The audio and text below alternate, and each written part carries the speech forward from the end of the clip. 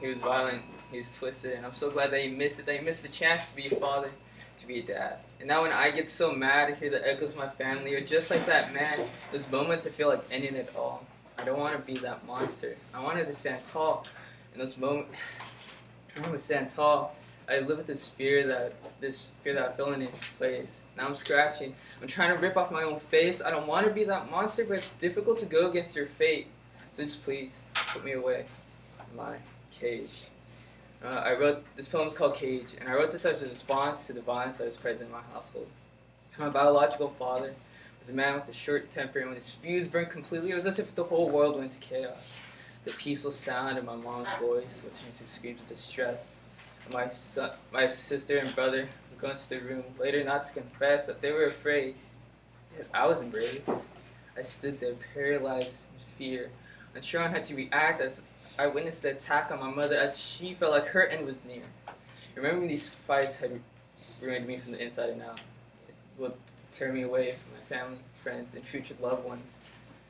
And then one day, I was lucky enough to have my father sentenced to prison. But it was too late, as he had crushed my mom's skull in with his bare hands. I remember thinking, oh man, please let it be, that my mom would return, and we could live a life without misery. You know, and then from a child developing into a teen, I blame myself for my father's irrational behavior, even though one should not blame themselves. You know, I'm not the only one. In fact, there's over 4 million women that will experience physical assault in their lifetime. And out of those 4 million, 2 million will receive severe injuries, and 1,300 will be killed in a year by their partner. Now those are children. The kids will witness the violence happen. You know, the violence happen. It's like, why not speak up? It's a serious situation that could take the breath away from our mothers, brothers, and sisters, and many others. And why live with that obscurity that your end is near? And it's simple, it's fear. The fear that begins to manifest from within, that prevents us from saying anything. You know, I never mentioned my life at home. Even though I went to school, practices at friends' houses. You know, at friends' houses. You know, I let the fear of my father's rage keep a tight grasp on me that almost took my mom's life away. And realizing that I was just afraid made me hate myself when I got older. I constantly felt like I was lethargically dragging a boulder, you know. And that's when it got into my head. If I just would have said one thing, my mom would have slept in her own bed instead of in the ICU with no clue if she was gonna make it through. If I had that one moment of courage, I could have saved her.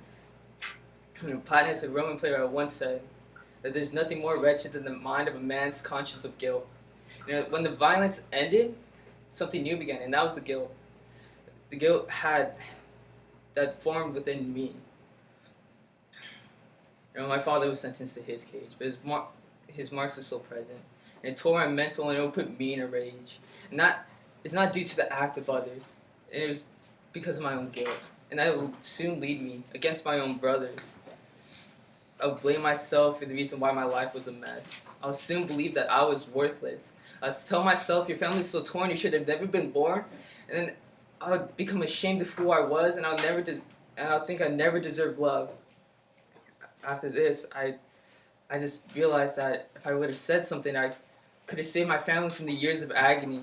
And then I would slowly become depressed and detach myself from my own family. Oh, then one day I was lucky to realize the truth that was right in front of me. That it was not my fault.